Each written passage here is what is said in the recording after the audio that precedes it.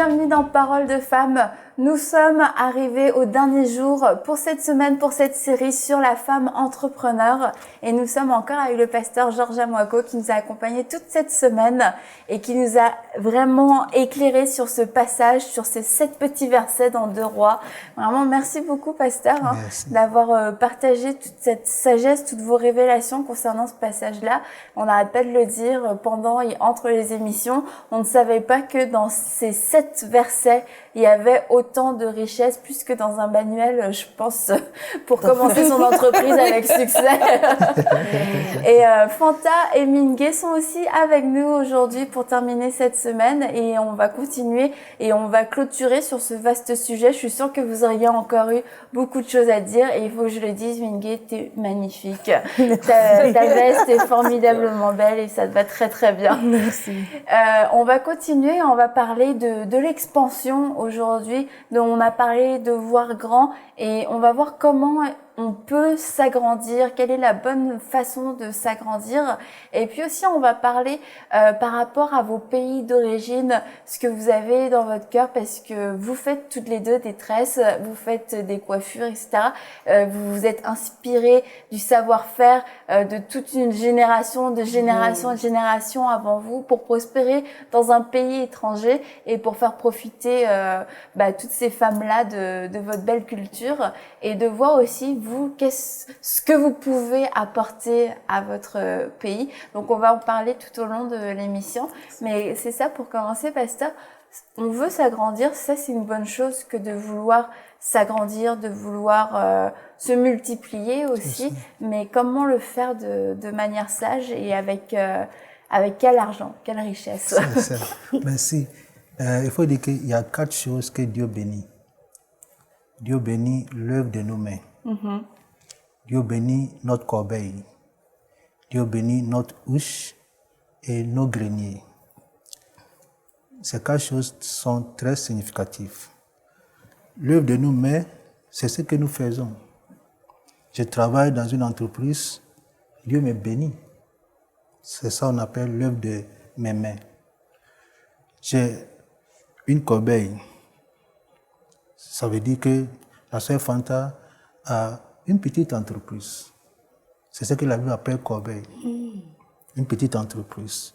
Mais ça ne suffit pas. Il faut aller encore à la 3e étape. Une huche. Ça, c'est une grande entreprise qui va servir un grand nombre de personnes dans la nation. Et ça même, ça ne suffit pas. Il faut avoir des greniers. Dans le contexte actuel, on appelle ça multinationalisme. Il faut avoir des greniers. C'est à cause de la Bible dit des greniers au pluriel. Il faut te représenter ou bien faire représenter ta structure dans plusieurs nations, dans plusieurs localités. Alors, voici les 4 étapes et les 4 choses que Dieu bénit. Et la bénédiction de ces 4 choses ne sont pas la même. L'œuvre de mes mains, je suis un fonctionnaire, un salarié quelque part. Dieu me bénit, bien sûr. J'ai une corbeille. Ça, c'est ma propre entreprise. Soit je suis actionnaire, ou bien c'est pour moi-même. Comme dans ton cas. Alors ici, Dieu bénit aussi. C'est différent de quelqu'un qui travaille avec toi, que toi tu payes. C'est différent. Ça, c'est l'œuvre de ses mains. Ça, c'est corbeille. Et ça doit évoluer à une autre dimension, un autre niveau. C'est ça qu'on appelle la huche. C'est une grande entreprise qui va servir un grand nombre de personnes dans le pays. Et ce que Dieu veut encore, que cette bénédiction dépasse les frontières de notre pays ou bien même du marché local et aller ailleurs. Voici les 4 choses. Et si nous suivons bien l'histoire de cette femme, c'est ce que Dieu attendait d'elle. Elle commence avec ses enfants dans une petite chambre. Mais elle va aller vendre l'huile. Ici, elle met sous pied une structure. Et à terme, elle sera sollicitée. Elle va même dépasser la frontière de sa région. Elle va s'associer avec des autres femmes, des autres villages, des autres régions, pourquoi pas aussi des autres nations. Alors, c'est ce que Dieu attend de nous. Et lorsque Jésus parlait de Jérusalem, Judée, Samarie, aux extrémités de la terre, il faisait allusion à ça, mais dans un autre domaine. Alors Dieu veut l'expansion. Dieu veut que nous commencions quelque part petit, mais Dieu ne veut pas que nous mourions petits. Il faut commencer petit, il ne faut pas commencer par la fin. Parce que si on commence par là où on devrait terminer, on risque de terminer par là où on aurait dû commencer. Ça cause ça. Il faut commencer petit, il faut évoluer, il faut évoluer. Et dans chaque dimension, il y a une bénédiction qui s'accompagne. Une personne qui a des greniers n'a pas la même bénédiction qu'une personne qui n'a qu'une corbeille. C'est ça. Parce que le plan de Dieu, c'est être une source de bénédiction pour les nations. Pas simplement pour un petit coin. À Québec, ici. Non, il faut aller au-delà. Il faut avancer. Il faut toucher toute la famille de la terre. Et toi, tu aimerais t'agrandir, devenir encore plus prospère dans tes affaires parce que tu as d'autres projets aussi qui n'ont pas forcément de rapport avec les tresses, comme le pasteur disait, de devenir une source de bénédiction au-delà de ton salon, mais dans les nations. Oui, c'est ça. En fait, j'ai mis sur pied un organisme qui s'appelle le GEM, Jeunes en Action pour Intégrer le Monde. Donc, l'objectif, c'est vraiment de travailler sur le développement personnel de chaque adolescent, de chaque jeune adulte, pour que la personne puisse vraiment comme apprendre à mieux se connaître et à mieux vraiment comme réaliser chaque objectif. Mais avec ce que j'aimerais faire, c'est vraiment partir avec des groupes de jeunes au Mali, qu'on construit des maisons avec, et là, cette fois-ci, pas des maisons qui vont s'écrouler à la pluie. Ça serait vraiment des maisons, mais avec la méthode Earthship. Donc ça, c'est vraiment comme ce qu'on fait. On va vraiment nettoyer les quartiers. On va ramasser les bouteilles, les pneus et tout ça. Et puis, tu fais juste comme, bâtir la maison. Ça devient les fondements. Comme, en fait, là. Donc, j'ai vraiment, comme étudié bien chaque comme compartiment de ça, comment ça fonctionne. On a déjà fait plusieurs partenariats comme au pays.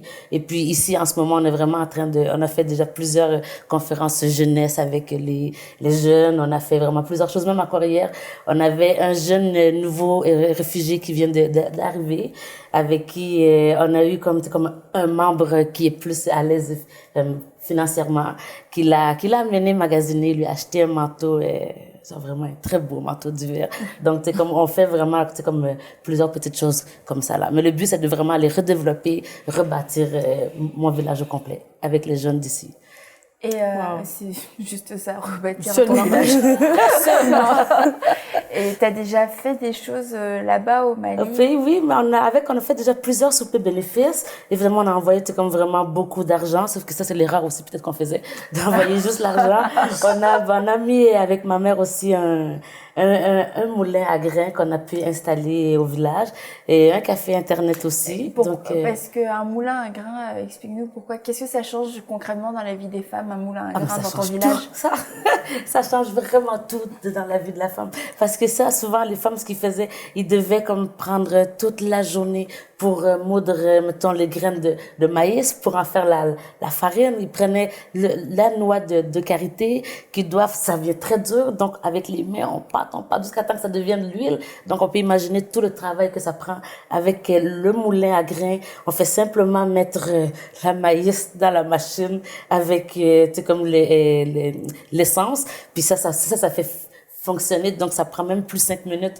Donc ça part de l'état noir et ça devient en huile en espace de 5 minutes. Ça se transforme et on peut avoir le coin beurre aussi. Le maïs, c'est juste comme tu le mets en 2 minutes, ça devient de la farine. Et ça les propulse dans une autre dimension. Oui, ça change toute leur vie complètement. Au lieu de passer la journée même à faire la transformation manuellement, maintenant ça prend 5 minutes, ce qui leur donne plus le temps de faire autre chose. Donc maintenant avec des maisons comme Donc, ils n'auront pas à reconstruire tout le temps non plus. Ça va être comme... Ils vont avoir le temps pour faire d'autres choses. C'est ça. Puis après ça, avec une route aussi. Quoi, vous, pasteur? Vous en pensez quoi, vous, pasteur du Moulin à Grains? Moi, mon appel et ma passion, c'est d'encourager les jeunes, défier la nouvelle génération en Afrique. Parce que nous n'avons pas le choix de laisser l'Afrique sombrer. Alors nous, Dieu nous a appelés d'éclairer. Mon rôle, c'est éclairer. Jeter la lumière, comme je suis en train de faire. Susciter une envie, susciter une vision, susciter la foi dans le cœur des jeunes Africains pour s'élever, pour prendre à cœur la transformation et l'émergence de l'Afrique. Ça, c'est ma passion. Wow. Apparemment, Fanta partage la même. Oui, vraiment. Ouais, c'est l'image du moulin. Oui. Et c'est une belle image, je trouve, pour de la semaine, de tout ce dont on a parlé, des richesses et de l'argent, que finalement le moulin, c'est... Ça va transformer. Oui, voilà, ça transforme le produit, mais ça transforme leur vie, ça transforme leur journée. Et puis à long terme, ça transforme une vie, parce que tout ce que des générations ont passé des heures et des heures à faire, finalement... En 5 minutes, c'était fait. Et c'est ça, l'argent n'était pas la solution. Leur fournir de l'huile toute faite, c'était pas de la solution. Non, alors qu'il y a tout déjà, elles ont tout dans leurs mains pour le produire elles-mêmes. Vraiment. Et ce qui est bien avec ça, là, c'est comme, puisque c'est un objet qui est tellement rare, il y a personne autour qui a ça, aucun autre village. Donc maintenant, tout le monde vient. Ça devient la capitale quasiment. Oui, parce qu'on a vraiment instauré un système que les gens viennent, ils payent. Ils payent pas de grandes sommes, mais ils payent. Donc, ce qui fait que, avec la petite somme qu'ils peuvent faire, quand la machine brise, ils peuvent réparer eux-mêmes. Quand quelqu'un fait comme un mariage, bon, ils peuvent prendre l'argent aussi dedans ça. Donc ça les a vraiment rendus totalement autonomes depuis au moins 3-4 ans. Donc maintenant, comme le village, on sait qu'au village, comme ils sont OK, ils versent l'huile, là. C'est exactement. Ils versent l'huile à tout moment. Et l'huile, et eux, vraiment, la vente va toujours en avoir. Mais c'est un exemple concret de ce qu'on a parlé toute la semaine avec le pasteur. Je trouve ça extraordinaire. Et toi, Minguet, tu as des projets. Est-ce que toi aussi, tu sens un appel pour ton pays, enfin, tes pays? Bon. Je suis pas très familière avec mon pays d'origine. Moi, je suis plus familière avec mon pays natal, qui est la Côte d'Ivoire. Par contre, oui, je suis attirée vers mon pays parce que comparativement à la Côte d'Ivoire, mon pays qui est le Tchad, comparément à la Côte d'Ivoire, n'est pas très avancé et tout. Oui, j'ai des projets à long terme, au niveau d'ouvrir un centre et tout de beauté pour les femmes. Et aussi, moi, ce qui se cache en arrière de ma coiffure, c'est promouvoir la femme intérieure au travers de cela. D'accord. Parce que j'avais remarqué quand je le faisais à la maison, quand je recevais les femmes, elles avaient certains comportements, tu voyais que c'est quand elles avaient fini de faire leurs cheveux, elles se sentaient bien. Pourtant, c'est au-delà de ça. Et qu'est-ce que je faisais des fois? J'analysais, je priais tout le temps avant, puis j'analysais, j'écoutais chaque mot qu'elle disait. Puis des fois, je lançais des paroles, je disais, mais tu es belle avant même, tu sais, c'est pas ça. Puis des fois, j'étais surprise que elle revenait et disait, oh, la dernière fois, tu m'avais dit ça. Mais au début, je le faisais juste comme ça, juste pour tâtonner le terrain. Mais j'ai vu que ça se met dans leur vie. Puis même des fois, elles vont parler à leurs amis devant moi. Elles vont répéter qu'est-ce que je viens de dire. Tu sais, ça a l'air anodin, mais ça travaille à l'intérieur des femmes. Parce que des fois, j'ai trouvé, on se cache beaucoup derrière la coiffure. Puis moi, je suis passée par là parce que j'avais eu des antécédents. Que je vais pas rentrer là-dedans. Tu reviendras une autre fois nous en parler de femmes. Donc, je les comprends à ce niveau-là, se cacher. Par exemple, pour la perte de cheveux, moi, j'ai eu une perte dramatique par rapport à on tire, mais après, tu portes des perruques. Puis, à un moment donné, j'en pouvais plus des perruques, mais je pense que c'était Dieu qui voyait que je me cachais derrière la perruque et tout, etc. Donc, quand je vois ces femmes-là, je me vois à l'intérieur d'elles et tout, etc. C'est au-delà des cheveux. En fait, toi, ton expansion, c'est une expansion du royaume au travers de la coiffure, au travers de ton commerce. C'est juste pas un prétexte, mais c'est le moyen par lequel tu sais que tu peux bénir des femmes, annoncer l'évangile, prier pour elles. On sait que si on va dans ton salon, tu pries pour nous, alors. C'est bon, ça Miguel. J'espère que toi aussi, tu pries pour tes clientes? Oui, bien sûr, moi je prie, mais sauf que moi, je prie pas devant chaque personne, je leur dis pas à voix haute, mais parfois j'en ai vraiment avec, comme on va vraiment prendre la Bible, et puis on va prier. Ça, oui. Mais sinon, vraiment, dans mon cœur, c'est sûr que chaque fois que je vais toucher quelqu'un, je vais prier. Je vais dire comme Dieu, que l'onction traverse, que l'Esprit de Dieu les touche lorsqu'ils sont d'ici. Amen. Et vous, pasteur, quand vous voyez des jeunes femmes comme ça qui sont parties de leur pays, mais qui font quelque chose de leur vie avec leur culture et qui participent à un nouvel essor dans leur génération. Comme vous l'avez dit, c'est votre passion. Mais dans votre église et dans votre entourage, j'imagine, il y a plusieurs jeunes filles, jeunes hommes comme ça. Et est-ce que vous prenez pas ça pour vous, d'accord? Mais est-ce que vous les encouragez à revenir après au pays? Même d'abord, on n'encourage pas les gens. Moi, je n'encourage pas les gens à venir ici. Comme ça, c'est clair. C'est clair. Non, mais je suis d'accord. Et moi-même, je ne vais pas rester ici. Je peux rater 2 dimanches seulement, mais pas 3e. Il le dit devant la caméra pour être sûr qu'on le garde pas. Il me dit, je ne reste pas ici plus de 2 semaines. L'Afrique est riche. Alors j'encourage les Africains d'ouvrir les yeux et de voir les trésors que Dieu a mis en Afrique. Et je leur dis toujours, il ne suffit pas d'avoir une terre où coule le lait et le miel. Il faut aussi avoir un esprit où coule le lait et le miel. Si on a un esprit affranchi, on voit bien ce que Dieu a mis sur notre sol. Et ce n'est pas par hasard que Dieu a mis ces trésors immenses en Afrique. Ce n'est pas par hasard, c'est pour un but. Alors, je n'encourage pas les gens pour venir ici débrouiller, balayer dans les métros. Non. J'encourage les gens à y rester et à travailler. Et j'ai beaucoup apprécié mes 2 sœurs qui sont venues ici, qui sont en train de transformer des vies. Je suis touché quand j'écoute ça, parce que c'est ce que j'enseigne. Je dis à mes fidèles, on voyage pour 2 raisons.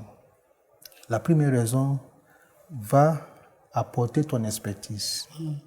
La deuxième raison, va emprunter l'expertise du pays d'accueil et tu envoies chez toi. À part ça, là, c'est pas la peine de voyager. À part ça, je ne vois pas la raison de voyager. Va apporter ton expertise au pays d'accueil ou bien va emprunter leur expertise au profit de ton pays. C'est ça. Alors, nous encourageons les jeunes Africains à investir dans le sol, parce que le sol est riche. Et il faut dire que les Africains ont changé. Et il y a un grand changement en Afrique. Ça, il faut le dire. Sinon, tu vas venir rester ici. Le jour où tu vas venir en Afrique, là, tu vas voir que le jeune frère que tu as laissé là, sur le plan financier, il est plus équipé que toi. Tu vas venir avec tes voitures, tu veux vendre. La personne va te dire, tu veux cash ou bien tu veux chèque. Et tu es étonné. Ou alors, il ne faut pas voir l'Afrique primitive que nous voyons là. Non. Elle a parlé de route la fois passée. C'est l'Afrique est jolie maintenant. Il faut venir à Abidjan. J'ai parlé de villages. Il y a les villages, il ne faut pas les oublier. Il faut venir à Abidjan pour voir les villages. Même ici au Canada, dans les villages, il n'y a pas de la salle partout. Non, ça. On a moi, des je parle de ce chemins que moi j'ai connu. Mais l'Afrique est plus jolie que partout. Alors, quand on parle d'Afrique, les gens ont une autre image. Il y a 2 semaines, j'ai reçu 2 Américains dans mon église. Et quand on partait à la maison, à partir de l'aéroport, ils étaient étonnés. Ça c'est Abidjan. Ils disent, ça c'est Abidjan. Tu vois, alors, les choses sont en train de changer. C'est vrai qu'on n'est pas là où Dieu veut qu'on soit. Mais il y a eu une grande évolution. C'est en expansion. C'est l'expansion. On n'est pas encore là. C'est à cause de ça qu'on encourage ceux qui sont ici. Venez investir. apportez l'expertise, apportez ce que vous avez appris ici. Viens investir. L'Afrique est grande. Et vous avez votre place. Vous avez votre place à voler. J'ai l'habitude de dire que le ciel est tellement vaste que chaque oiseau peut voler sans gêner son péché. Et dans votre église, il y a beaucoup de gens qui investissent de leur savoir, de leur expertise en Afrique. Oui, tout à fait. Ou en tout cas en Côte d'Ivoire. Oui, dans notre église, nous avons un ministère que nous appelons Destiny Impact, qui est rattaché à notre église. Dans Destiny Impact, nous enseignons les enfants. Et nous leur enseignons la Bible autrement, comme je suis en train d'enseigner. On prend un verset dans la Bible et on leur explique, on appelle ça sur le plan royal, pas sur le plan sacerdotal. Par exemple, on leur dit, quand Dieu a fait dormir Adam, et Dieu a fait sortir Ève dans Adam. Qu'est-ce que ça veut dire? On parle d'anesthésie. Et on encourage les enfants, voici comment Dieu a fait. Et c'est ce qu'aujourd'hui la science applique. On va encore dire, quand les enfants d'Israël étaient dans le désert, il y avait la colonne de feu. C'est ça qu'on appelle lambadeur. Aujourd'hui, lambadeur avec l'électricité. Ah, ok. Le lampadaire, oui, c'est vrai. Alors, on entend de leur communiquer quelque chose pour qu'eux aussi, dans leur esprit, ils soient créatifs. Avec les enfants, on ne spiritualise pas trop la Bible. On leur parle de l'aspect scientifique de la Bible. On parle de la colonne de nuée. C'est la fraîcheur. C'est la climatisation. Est-ce que vous voyez? Quand Pierre était en prison et l'ange est venu le faire sortir, devant la porte, la Bible dit la porte s'est ouverte d'elle-même. Serrurier. C'est ça. Je viens de le dire. Elle était tellement submergée. Dans les grands supermarchés, dès que tu arrives, les portes s'ouvrent d'elles-mêmes. Alors, on entend aider les Africains, les jeunes Africains à être créatifs. Alors, quand tu lis la Bible, il faut être créatif. Il ne faut pas voir seulement Jésus a marché sur l'eau. Qu'est-ce que ça veut dire? Hydraulique. Qu'est-ce que ça veut dire? Après ça, les 3 Hébreux étaient dans le feu. Quand ils sont rentrés dans le feu, ça a changé, c'est la fraîcheur. Alors, on leur dit que tout ce qui se passe aujourd'hui, là, Dieu avait établi le fondement. Oui, que nous qui sommes les enfants de Dieu, nous devons continuer, nous devons évoluer. Ce n'est pas affaire de blanc. Non, mais c'est affaire T'as compris ma titre. C'est affaire de l'homme. L'homme doit être créatif. Alors, dans notre église, c'est ça, on encourage les enfants, on fait des programmes pour eux, pour qu'ils comprennent la Bible. Alors, quand les enfants vont à la maison, disent, maman, tu sais, sur le plan royal, voici ce que ça veut dire. Maman ne comprend pas ce que ça veut dire. Mais c'est merveilleux parce que dès leur jeune âge, vous leur inculquez la bonne mentalité. Et dans la francophonie, c'est nécessaire que le monde francophone, que les chrétiens francophones aient cette mentalité du royaume, la vraie richesse du royaume qui fait prospérer ses enfants, mais pour bénir les autres. Et fait prospérer qu'on peut redonner dans nos églises, redonner et faire des œuvres merveilleuses comme vous faites. J'aime. Ouais, parce que nous voyons que l'Afrique, on prie beaucoup. C'est bon, mais il faut faire l'action. Après la prière, il faut passer à l'action. C'est ça. On prie beaucoup, on prie pour tout, c'est bon, mais il faut passer à l'action. C'est ici, nous sommes limités. On est limité ici. On ne veut pas passer à l'action.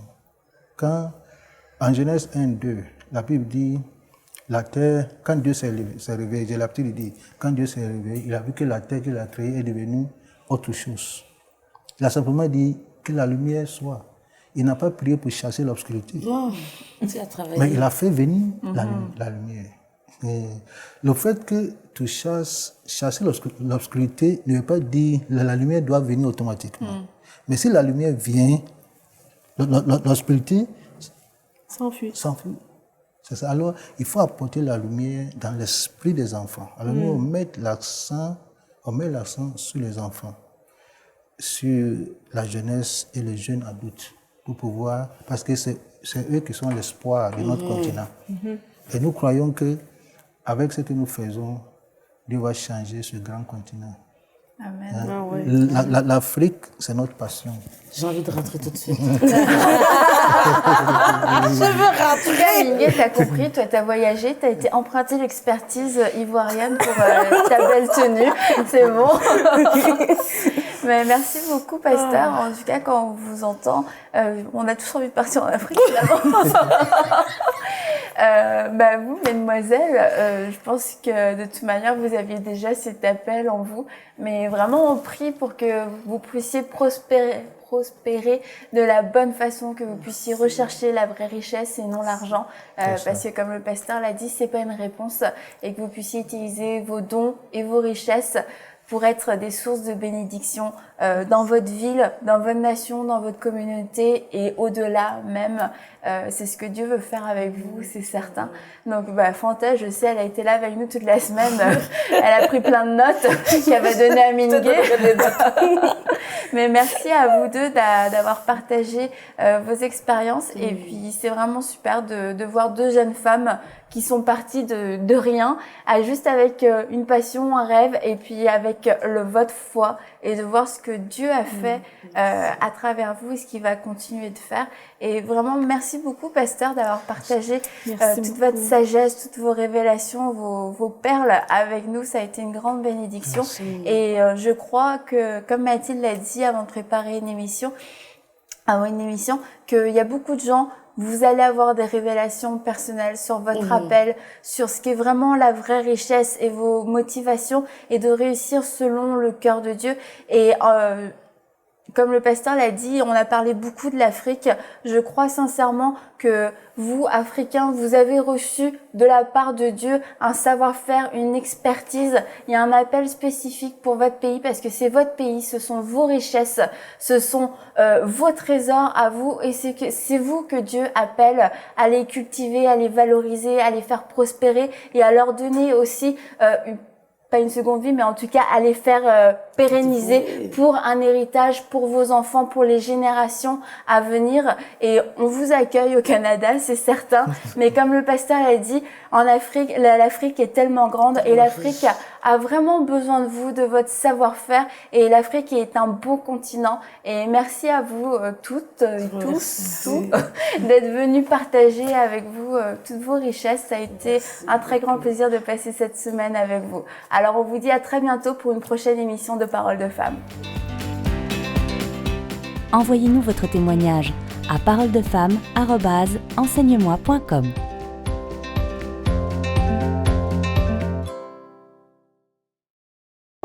Cette émission est rendue possible grâce au précieux soutien des partenaires d'Enseigne-moi Canal International. Retrouvez tous nos programmes sur emcitv.com.